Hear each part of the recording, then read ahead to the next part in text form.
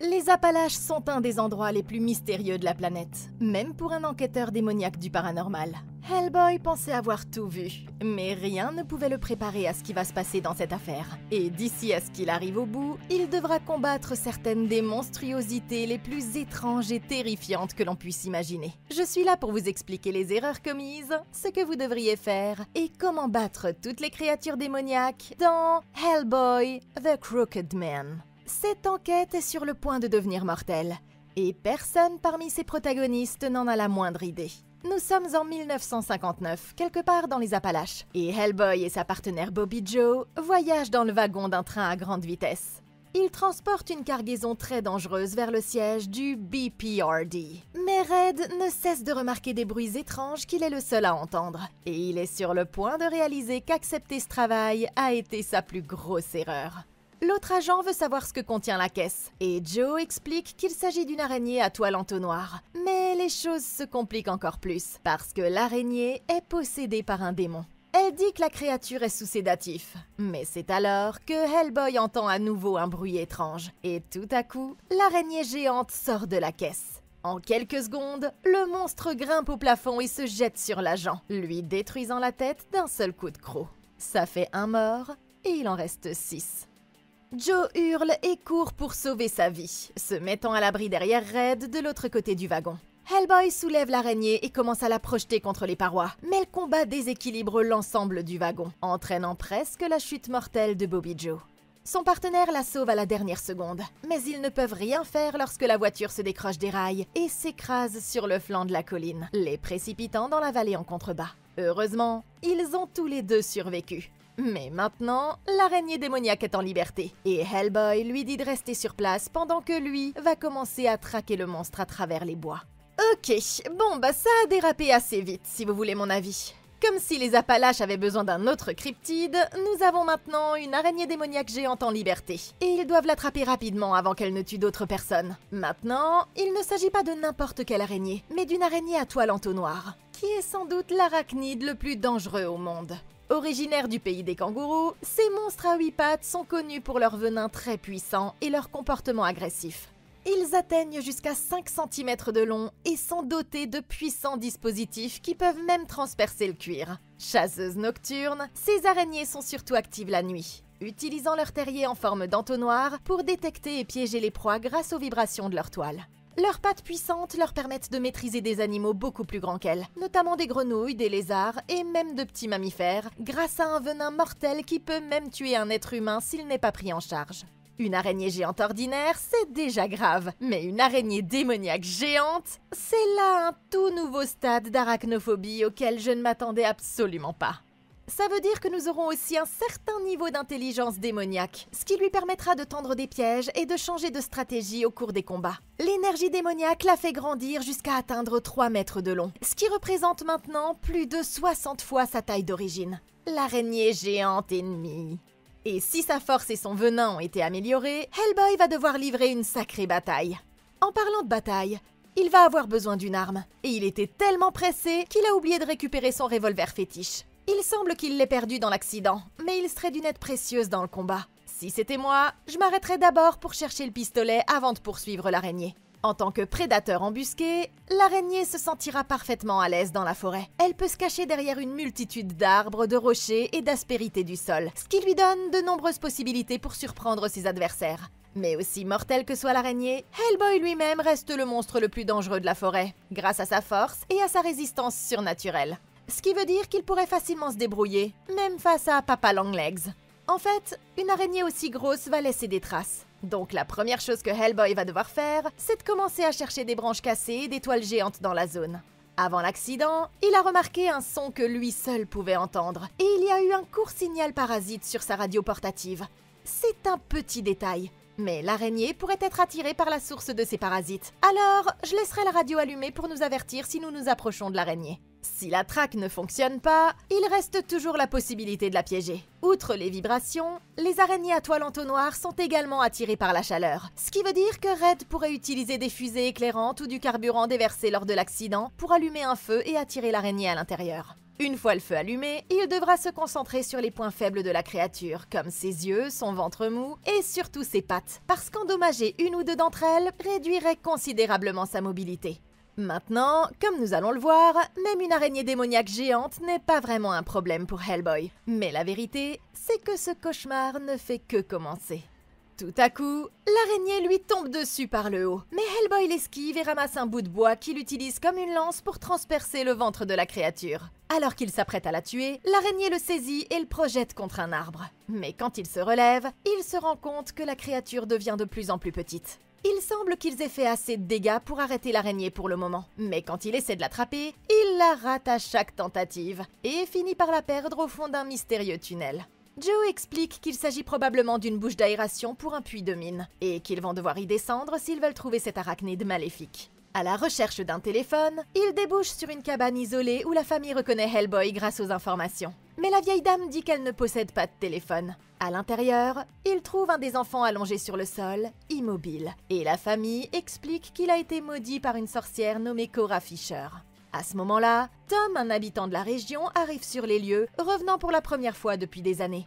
Il tient un objet étrange qu'il a trouvé sur le pas de la porte, une touffe de cheveux et une substance visqueuse noire appelée boule de sorcière. C'est ce que la femme a utilisé pour rendre le garçon malade. Il a connu Cora avant qu'elle ne devienne une sorcière, et il leur explique comment briser le sort en faisant bouillir les vêtements du garçon et en criant le nom de la femme. Quant à Tom, il se rend chez Cora et Bobby Joe veut l'accompagner pour acquérir de l'expérience sur le terrain.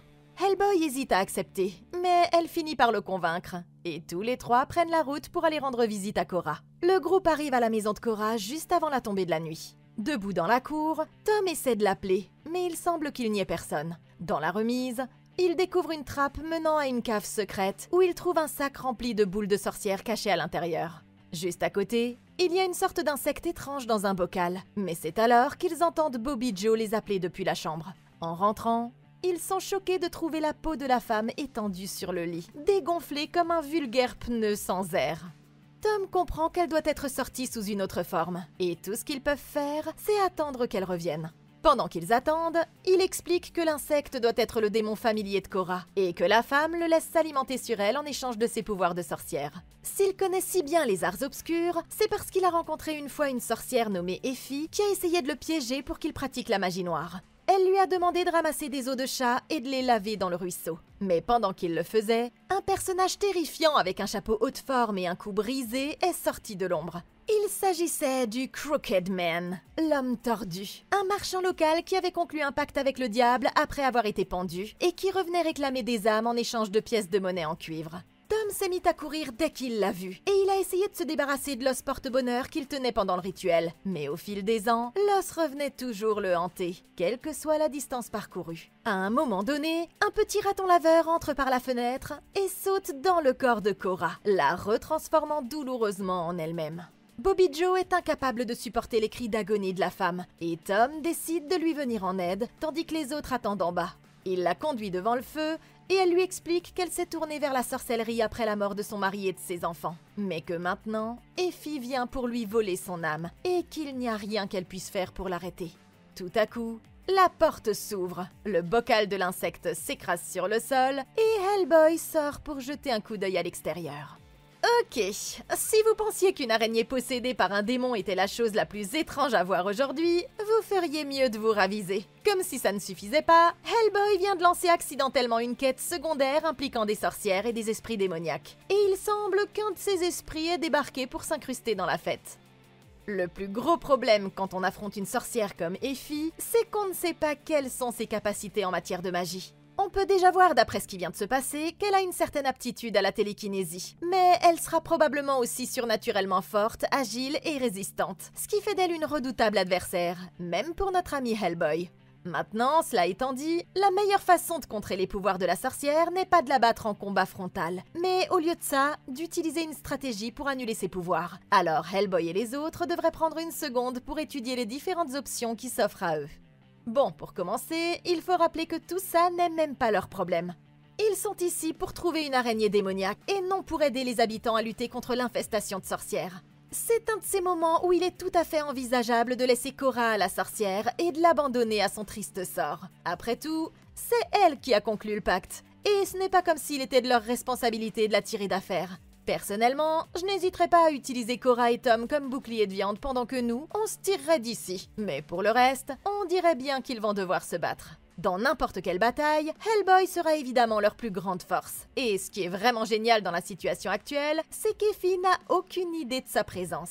C'est ce que nous voulons. Parce que si Hellboy sort directement pour l'affronter, elle aura tout le temps de comprendre la situation et d'utiliser sa magie contre lui. Et s'ils le perdent, ce sera également la fin de la partie pour tous les autres. C'est pourquoi ils doivent garder la présence de Hellboy secrète le plus longtemps possible, afin de pouvoir utiliser l'effet de surprise. Effie a choisi une approche lente et effrayante pour son arrivée, et ça me convient parfaitement parce que ça leur donne le temps de se préparer. Je commencerai par fortifier la cabane en plaçant des meubles lourds contre les portes.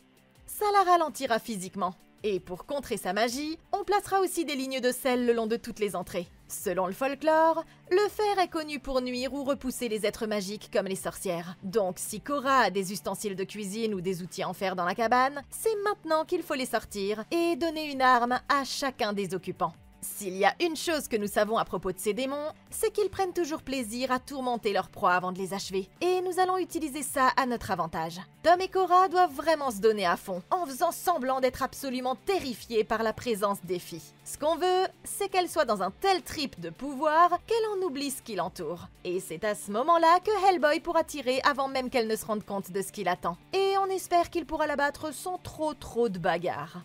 Au début, il semble qu'il n'y ait rien. Mais c'est alors qu'il voit apparaître au bout du chemin une femme couverte de sang chevauchant un cheval blanc. C'est Effie, la sorcière qui a corrompu Tommy la première fois. Et elle explique qu'elle a tourmenté Cora pendant des années juste pour s'amuser. Après l'avoir écoutée, Hellboy décide qu'il en a assez entendu. Mais avant qu'ils ne se battent, Effie a une dernière chose à leur montrer. Elle s'élève dans les arbres et révèle que son cheval était en fait le père de Tom depuis le début. Et l'homme meurt quand il reprend sa forme humaine.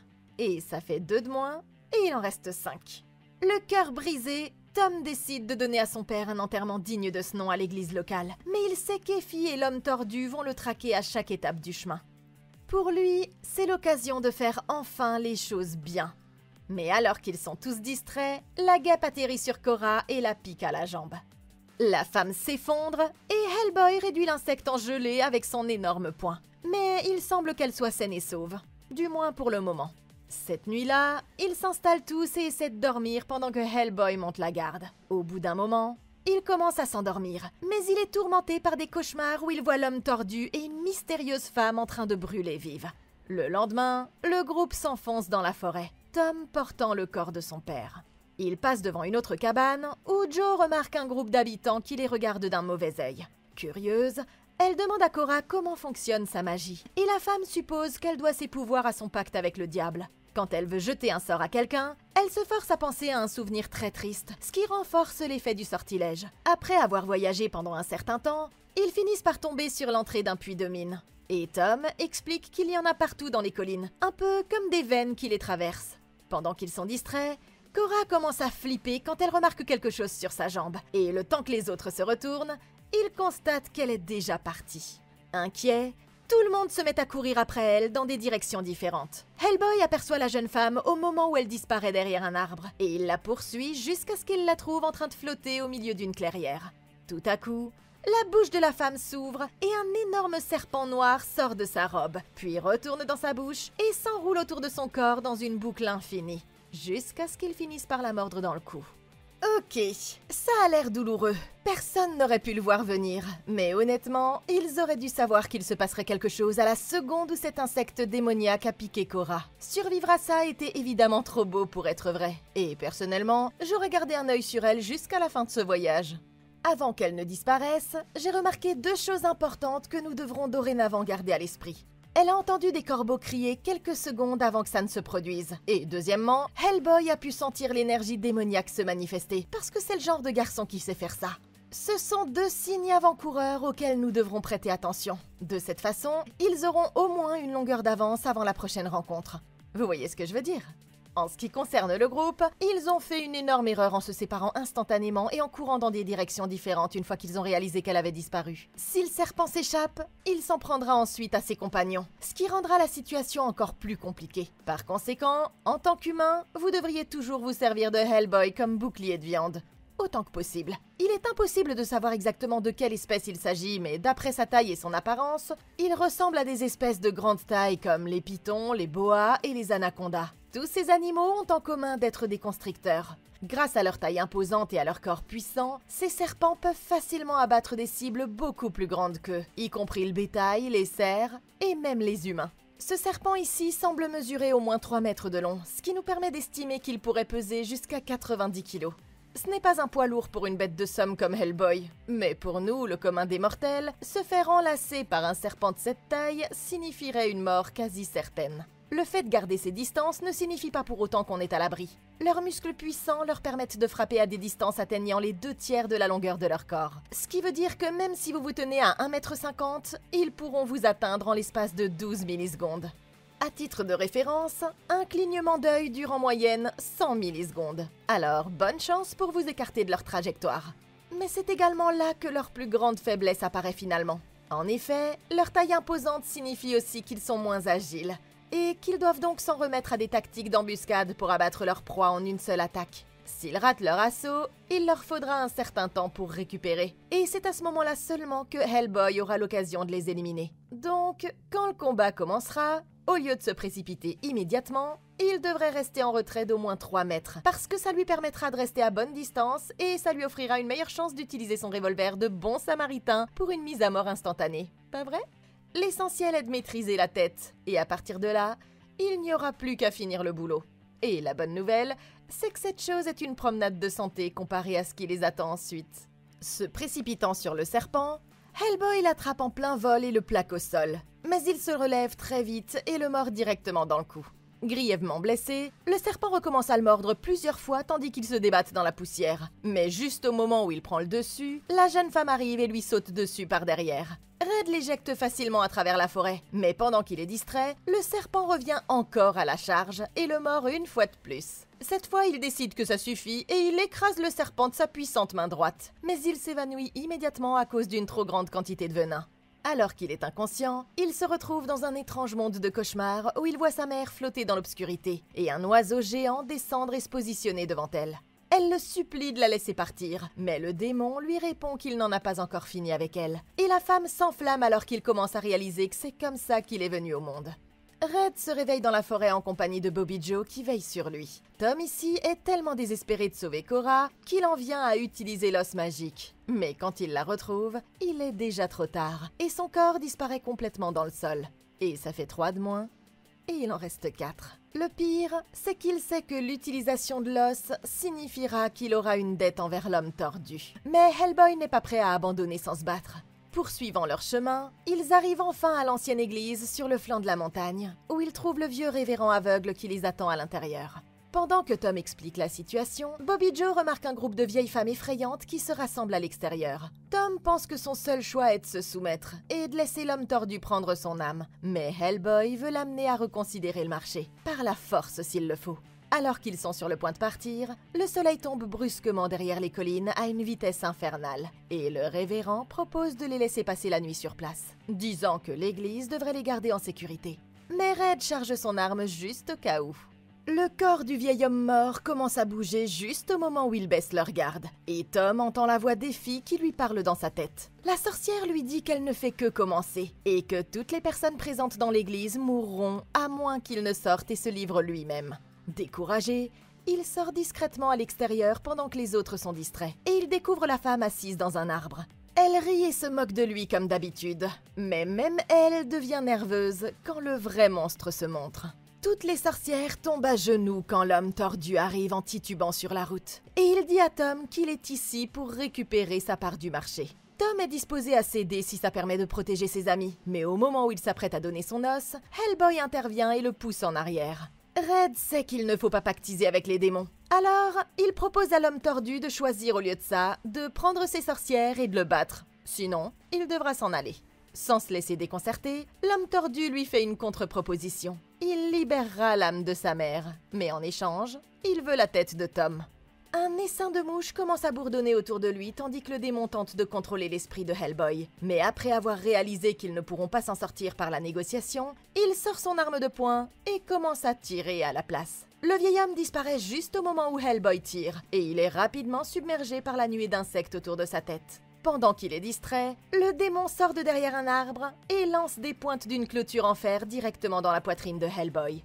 Grièvement blessé, il rentre en titubant à l'intérieur avec l'aide de Bobby Joe, et l'homme tordu sourit en pensant qu'il a déjà gagné. Ok, on peut parler d'un désastre, mais la bonne nouvelle, c'est que je ne pense pas que ça aurait pu être pire. Avec tout ce qui se passe en ce moment, il serait difficile d'oublier l'abruti qui est le seul responsable de la situation dans laquelle il se trouve. Mais moi, je n'oublie rien. Et tu sais quoi? Tommy, mon garçon, tu as merdé. Rien de tout ça ne serait arrivé si tu t'étais occupé de tes affaires quand tu étais petit. Allez, revenons un peu en arrière. Quand tu as vu une jolie blonde en train de laver tout le sang qu'elle avait sur les mains au beau milieu de la forêt, tu n'aurais pas dû laisser ta curiosité prendre le dessus. À ce moment-là, c'est ton instinct de survie qui aurait dû prendre le dessus. Avant même que tu ne t'en aperçoives, elle t'a fait accomplir des rituels et conclure des pactes d'âme avec des démons. Comme l'a dit Hellboy, ce n'est pas le genre de contrat qu'on peut annuler. Même si on le regrette 20 ans plus tard, ça n'en vaut pas la peine, crois-moi. La seule chose qui t'a sauvé, c'est que tu n'as jamais utilisé l'os. Mais je suppose que maintenant c'est fini ça aussi, parce que tu l'as utilisé pour retrouver quelqu'un qui était littéralement à 1 mètre de toi. Je veux dire, elle s'est fait mordre par un anaconda démoniaque de 3 mètres, mec. Elle était foutue. Ne sacrifie pas ton âme pour quelqu'un que tu n'as aucune chance de sauver. Comme si ça ne suffisait pas, ton idée suivante a été d'aller directement sur le territoire de l'homme tordu. Je suis désolée, mais tu te fous de moi ou quoi? Il y avait sûrement d'autres alternatives que d'aller vers lui directement en sortant par la grande porte. Et le pire, c'est que tu sais très bien que cette goule cupide ne te rendra jamais la monnaie de ta pièce. Au moins, l'église était en terrain protégé. Mais non, tu as entendu la sorcière t'appeler et tu as plié sous la pression. Alors que tu aurais pu rester sur place et utiliser l'endroit comme abri, comme l'avait dit le révérend. Étant donné que tu savais qu'ils allaient arriver, tu aurais dû passer ton temps à fabriquer des armes et des charmes de protection, au lieu de rester là à ne rien faire alors que la situation s'aggravait progressivement. Heureusement que Hellboy et les autres sont venus te tirer de ce mauvais pas, sinon tu serais complètement dans la merde. Mais ton meilleur combattant vient de se prendre 2 lances dans la poitrine, et il va avoir besoin d'1 seconde pour se remettre de ses émotions. En parlant d'eux, le pauvre Hellboy et Bobby Joe n'auraient jamais été dans cette situation si tu n'avais pas été là. Mais à présent, il se retrouve à combattre des démons et à revivre le traumatisme de sa propre création. Tout ça pour aider un gars qu'il vient littéralement de rencontrer. C'est quoi ce délire? Personnellement, je me serais enfuie au milieu de la nuit à la cabane et j'aurais laissé ton cul derrière moi comme Heed dans l'âge de glace. Mais apparemment, on dirait que ce démon au sens littéral du terme se soucie beaucoup plus de ta sécurité que moi. Après avoir vu tous les ennuis qu'il lui a causés, Hellboy aurait peut-être dû te laisser régler tes problèmes par toi-même. Mais une chose est sûre, Tommy Ferrell, tu as vraiment merdé. Ses amis craignent que ça ne lui soit fatal, mais Hellboy retire la pointe de ses propres mains et la jette à l'autre bout de la pièce. Pendant ce temps, Effie est toujours dans l'arbre, parlant par télépathie à Tommy. Mais maintenant, elle n'est plus la seule. Dans le même temps, l'homme tordu commence à tourmenter le révérend, essayant de le convaincre de trahir ses amis en lui offrant une nouvelle chance de retrouver la jeunesse. Alors que Bobby Joe retire la dernière pointe du dos de Hellboy, le révérend commence tout à coup à se transformer, redevenant jeune et retrouvant la vue. Mais au lieu de céder, il s'agenouille devant l'autel et rejette le cadeau de l'homme tordu, préférant rester vieux et aveugle plutôt que d'accepter ce marché. À l'extérieur, il essaie toujours de trouver un moyen d'entrer, quand une des sorcières remarque quelque chose. En regardant les pierres tombales, elle peut affirmer que toutes les personnes enterrées dans la cour de l'église étaient des pêcheurs de leur vivant. Et ça donne à son patron une idée diabolique. Il se met à creuser le sol et commence à ressusciter d'autres sbires à l'intérieur même de la propriété de l'église. Et il semble maintenant que même la terre sacrée ne les protégera pas. Bobby Joe dit à Hellboy qu'il doit se reposer, mais il est déjà en train de se préparer à reprendre le combat. C'est alors que tout le monde s'arrête. Les sorcières se taisent tout à coup, et 1 seconde plus tard, un cercueil entier traverse la porte d'entrée avec fracas. Stupéfaits, les autres assistent à l'ouverture lente du couvercle par une main, et à la sortie d'une femme zombifiée dont les os se remettent en place avec des bruits de craquement. Elle commence à frapper le révérend dans une nouvelle tentative pour le briser, se penchant tout près de lui et lui disant de l'embrasser. Mais Hellboy la soulève sans effort par la tête et l'écrase au sol, réduisant son crâne en poussière. À l'extérieur, l'homme tordu commence à faire sortir de plus en plus de gens du sol, construisant lentement son armée pour la prochaine attaque. Hellboy utilise son pistolet pour en repousser quelques-uns, mais ils ne tarderont pas à être complètement débordés. C'est alors que le démon parvient enfin à atteindre le père de Tom, et l'homme revient à la vie et plaque son fils au sol. Mais alors que les autres se concentrent sur lui, une horde impressionnante de zombies commence à se faufiler derrière eux. Tournant sur lui-même, Hellboy repousse sa partenaire et ouvre le feu, s'attaquant à la foule entière, un zombie après l'autre. Alors qu'il reste à l'arrière, Tom se défend et affronte son père à l'aide d'une pelle. Mais il semble que la bataille ne se terminera jamais. Priant pour obtenir de l'aide, le révérend revient finalement à son état normal et arrête son jeune ami au moment où il s'apprêtait à utiliser l'os pour faire un nouveau vœu. Au lieu de ça, il le brandit vers le ciel et utilise ses pouvoirs sacrés pour inverser la malédiction, transformant l'os en une arme pour les forces du bien. Quand Hellboy semble ne plus pouvoir tenir, le révérend utilise sa magie afin de bénir sa pelle, lui donnant le pouvoir de combattre les morts-vivants. Il la passe à Hellboy, qui s'en sert pour éliminer la foule d'un seul coup. Mais à l'extérieur, il lui reste Effie et l'homme tordu à affronter. Le démon lève la tête en riant juste au moment où Hellboy lui assène un coup sur le côté de la tête, et son corps explose dans une grosse boule de lumière, ce qui assommerait d'une fois de plus. Quand il se réveille, il fait déjà jour, et les vêtements de l'homme tordu gisent dans un tas fumant à l'autre bout de la cour. Mais à ce moment-là, un corbeau sort de sa veste et s'envole avant que Tom ne puisse l'attraper. On dirait que le démon ait finalement réussi à survivre, et Hellboy veut aller le chercher tant qu'il est encore affaibli. Joe veut se joindre à eux, mais il insiste pour qu'elle reste à l'église où elle sera en sécurité, leur laissant l'appel à elle et au révérend au cas où ils en auraient à nouveau besoin. Ok, Hellboy et ses amis pensent peut-être qu'ils ont l'avantage ici, mais ils devraient vraiment faire attention parce qu'ils commettent quelques erreurs graves quand ils élaborent leur plan. Tout d'abord, ils choisissent de diviser le groupe alors qu'ils devraient plutôt rester ensemble. Bobby Joe et le révérend ne représentent peut-être pas une grande menace physique, mais ils possèdent tous les deux des compétences uniques qui pourraient faire la différence lors de la prochaine bataille. C'est grâce au pouvoir sacré du révérend qu'ils ont pu vaincre l'homme tordu cette fois-ci, et c'est donc une erreur de ne pas faire appel à un allié aussi puissant. Par ailleurs, ça met les humains encore plus en danger. Les démons pourraient facilement s'en prendre à eux pendant que Hellboy est occupé ailleurs, et ils ne pourraient absolument rien faire pour les aider. Maintenant, leur meilleure chance de survie est de rester avec lui, parce que dans les montagnes, tout est dangereux. Hellboy pense que l'homme tordu est affaibli, et qu'il sera facile de l'abattre maintenant. Mais le problème, c'est qu'il a déjà eu le temps de se replier dans sa tanière. Dans sa propre maison, il aura un avantage considérable. Le manoir est probablement protégé par des sorts, et Dieu seul sait quoi d'autre. Et nos héros n'ont aucun moyen de savoir qu'ils se dirigent tout droit vers un piège mortel. Tout ça étant dit, ils ont en quelque sorte déjà gagné le combat selon le point de vue que l'on adopte.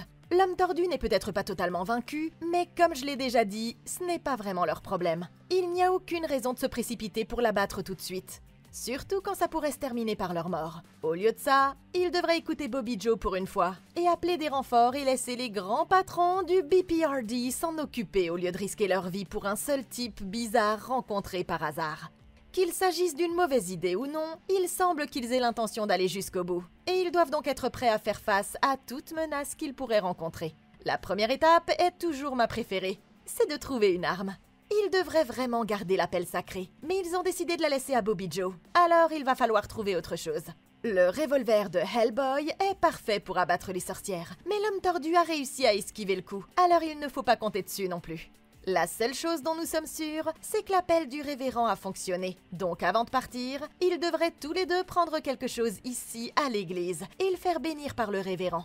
De cette façon, ils ne seront pas totalement dépourvus d'armes. Maintenant, une grande partie de la stratégie de l'homme tordu est la manipulation mentale, et il essaie toujours de séparer les gens pour qu'ils quittent la sécurité du groupe.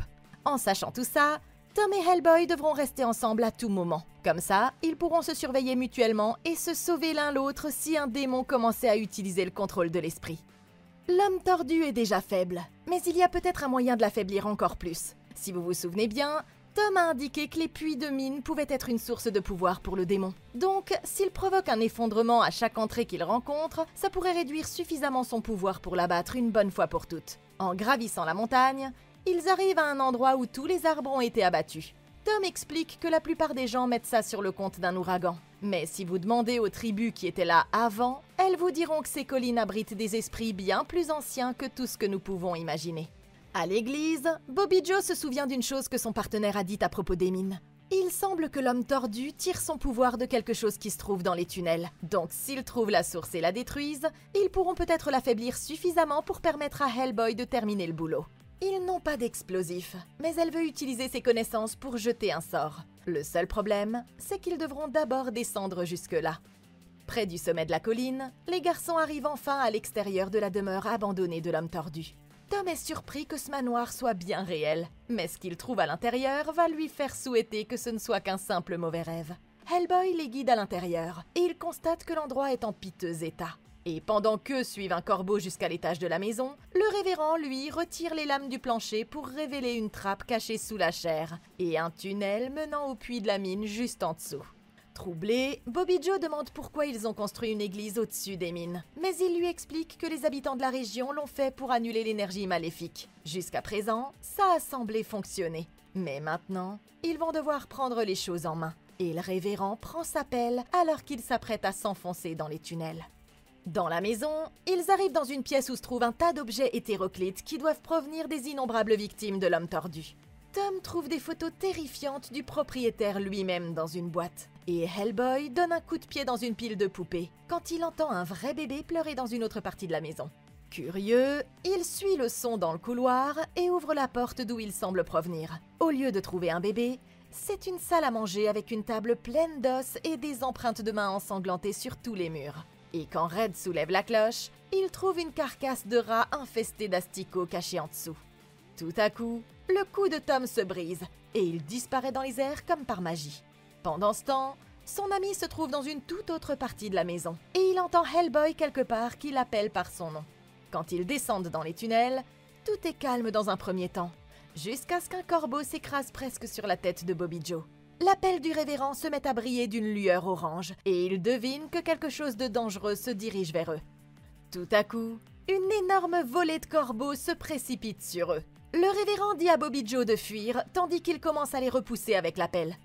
Elle se réfugie rapidement dans un petit tunnel où elle a pu ramper pour se mettre à l'abri. Mais les oiseaux finissent par prendre le dessus sur son ami, le soulevant dans les airs et déchiquetant brutalement son corps, un coup de bec après l'autre. Ça fait 4 morts et il en reste 3. Ok, il semble qu'il soit trop tard pour le révérend, et que les autres ne tarderont pas à le rejoindre s'il continue à faire les mêmes erreurs. Ce qui s'est passé ici est précisément la raison pour laquelle il était si important qu'ils ne se séparent pas. Bobby Joe a eu parfaitement raison d'utiliser les tunnels pour neutraliser les pouvoirs de l'homme tordu, et s'ils étaient restés ensemble, Hellboy aurait pu les aider à se protéger pendant qu'ils fouillaient le puits de mine. Ça aurait grandement facilité la poursuite du démon dans son manoir par la suite. Mais en l'état actuel des choses, il semble que le démon soit toujours aux commandes. Dès qu'ils arrivent à la maison, Hellboy et Tom se séparent à nouveau, ce qui pourrait bien finir par leur coûter cher. Ils auraient dû savoir depuis le dernier combat qu'il essaierait de les piéger pour qu'ils se séparent, et ils doivent donc faire attention à toute nouvelle diversion ou tactique de manipulation. Maintenant qu'ils sont séparés, nous avons 2 groupes différents confrontés à 2 problèmes différents. Bobby Joe a trouvé un endroit sûr où se cacher pour l'instant. Donc, j'attendrai que les corbeaux soient partis et je retournerai chercher la pelle du révérend, puisqu'elle semble avoir conservé un certain pouvoir et pourrait être utile si elle rencontrait d'autres problèmes. En ce qui concerne la suite des événements, je dirais que le meilleur choix est de s'en tenir à son plan et d'essayer de détruire le mal à la racine. La fuite est toujours envisageable, mais maintenant qu'elle est arrivée aussi loin, il semble plus sûr de terminer la bataille plutôt que d'essayer de s'enfuir. Donc il n'y a pas de raison d'abandonner maintenant. Quant à Tom et Hellboy, ils doivent immédiatement retrouver leur chemin l'un vers l'autre et rester ensemble pour contrôler la maison pièce par pièce pour le trouver. Et si ça ne marche pas, il suffira de mettre le feu à toute la maison et de sauter sur l'homme tordu quand il s'enfuira, ou de chercher ce qu'il restera de lui dans les décombres une fois que tout aura brûlé. Une puissante rafale de vent souffle dans la maison tandis qu'un corbeau s'engouffre par la fenêtre ouverte. Hellboy le poursuit jusque dans une autre pièce, mais la porte se referme immédiatement derrière lui, le laissant prisonnier d'un vide obscur et sans fin, où la seule chose qu'il voit est sa mère en train de brûler devant lui. Pendant tout ce temps, Tom erre sans but et sans chaussures dans la maison, quand tout à coup, Effie surgit de nulle part et le plaque contre le mur. Cette folle dingue se met à lui tourner autour de la tête comme une araignée. Mais quand elle est sur le point de s'emparer de son âme, Tom sort son os et le brandit comme la baguette magique d'Harry Potter, l'utilisant pour l'envoyer voler par la fenêtre avec une explosion d'énergie sacrée. Dans les tunnels, Bobby Joe émerge enfin dans une nouvelle zone ouverte, mais elle n'est pas encore en sécurité. Elle se retourne et découvre une araignée démoniaque perchée au plafond. L'araignée se rapproche à chaque fois que Bobby Joe essaie de bouger, ce qui ne lui laisse qu'un seul choix. Elle ferme les yeux et se met à incanter un sort en se servant de ses souvenirs traumatisants pour lui donner du pouvoir. Tout à coup, la jeune femme s'élève dans les airs tandis qu'une lumière brillante jaillit de sa lampe de poche. La puissance du sort ramène l'araignée à sa taille d'origine, les assommant toutes les deux quand elle tombe au sol. Hellboy est sur le point de céder, mais la vision s'interrompt soudainement et il se rend compte que c'était dans sa tête depuis le début. Furieux, il retourne en trombe dans le couloir et se heurte à Tom. Mais cette fois, c'est le vrai gars, et il s'allie pour arrêter l'homme tordu avant qu'il ne frappe à nouveau. Quand Bobby Joe reprend ses esprits, l'araignée a retrouvé sa petite taille, et elle s'empresse de remettre le petit démon dans le bocal. Ça fait un démon de moins, et il en reste 2. Mais elle entend d'autres oiseaux qui se dirigent vers elle, et elle s'enfuit en courant pour trouver un endroit sûr. Hellboy et Tom commencent à descendre vers les étages inférieurs de la maison. Il dit à Tom d'attendre quand ils arrivent au sous-sol et il laisse tomber son briquet dans une pile de papier sur le sol. Alors que les flammes illuminent l'obscurité, il peut voir une silhouette pâle ramper vers lui le long du sol. C'est l'homme tordu, avec ses tentacules noirs qui sortent de sa bouche. Et Hellboy ouvre le feu quand le démon se lève d'un bond et commence à sauter vers lui. Dans les tunnels, Bobby Joe chute accidentellement et tombe dans un trou. Mais juste au moment où elle pense que tout espoir est perdu, une lumière blanche et brillante apparaît au bout du tunnel et une vision du révérend lui prend la main, la conduisant jusqu'à une échelle. Ayant entendu le vacarme, Tom se dirige prudemment vers le combat. Tout à coup, Hellboy traverse le mur, mais il est violemment ramené en arrière et fait une pirouette dans les airs dans le couloir. Alors qu'il s'efforce de se relever, l'homme tordu le plaque au sol et vomit une nuée de mouches sur le visage de Hellboy. Se moquant de lui, il lui dit qu'il va utiliser son âme pour continuer à alimenter son pouvoir. Mais quand tout semble fini, Tom arrive et attire l'attention du démon en lui lançant une boule de sorcière directement dans la bouche. L'homme tordu commence à s'étouffer et de la fumée noire s'échappe de sa bouche. Hellboy a alors le temps de reprendre le combat. Et le démon étant affaibli, il peut facilement commencer à lui botter le c** dans toute la maison. Après l'avoir relevé, il le jette dans les escaliers et lui fait lâcher son argent de poche comme des anneaux de Sonic, jusqu'à ce qu'il se retrouve à nouveau au rez-de-chaussée. Le démon continue de les narguer même s'il est évident qu'il a été battu. Mais Hellboy sort son revolver et lui fait exploser la tête dans une pluie de pièces de monnaie en cuivre, ce qui fait qu'il y a 2 démons à terre et qu'il n'en reste plus qu'un. Tom se rend compte que chaque pièce doit représenter une âme. Et il se demande laquelle est censée représenter la sienne. Alors qu'ils rentrent chez eux, Hellboy fait remarquer que Tom n'a peut-être jamais eu besoin de l'os magique, et que le pouvoir de vaincre l'homme tordu était en fait dans son cœur depuis le début. C'est un moment très émouvant. Mais c'est à ce moment-là qu'il remarque une vieille femme recroquevillée derrière une souche d'arbre et qui panique complètement maintenant qu'elle est devenue horriblement vieille. C'est alors que Tommy réalise qu'il s'agit de la sorcière Effie et que c'est ce qui lui est arrivé après qu'elle ait perdu ses pouvoirs démoniaques. Mais il connaît un moyen de la rendre belle à nouveau. Les garçons retournent à l'église et se rendent compte qu'il y a eu du grabuge. Hellboy se précipite, inquiet que Bobby Joe ait pu être blessée. Il la trouve inconsciente sur le sol, mais heureusement, elle est toujours en vie. Et elle a même réussi à attraper leur araignée démoniaque. Au beau milieu des champs, il trouve un téléphone d'urgence. Et quelques heures plus tard, un hélicoptère les ramène à la base. Épuisé, Joe s'évanouit sur l'épaule de Hellboy.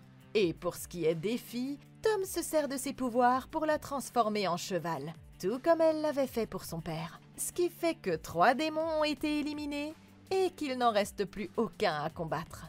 Ce putain de Hellboy! Franchement, qu'y a-t-il de mieux que Hellboy? En effet, absolument rien. Hellboy, mon héros! J'ai adoré ce film, les amis. Mais je dois vous poser une question. S'il y a quelque chose que vous auriez fait différemment, vous me le diriez dans les commentaires ci-dessous. Merci beaucoup d'avoir regardé. Laissez un like, abonnez-vous et consultez la playlist de Comment battre pour plus de vidéos comme celle-ci. Moi, je vous retrouve dans la prochaine vidéo. Alors d'ici là, passez une excellente journée!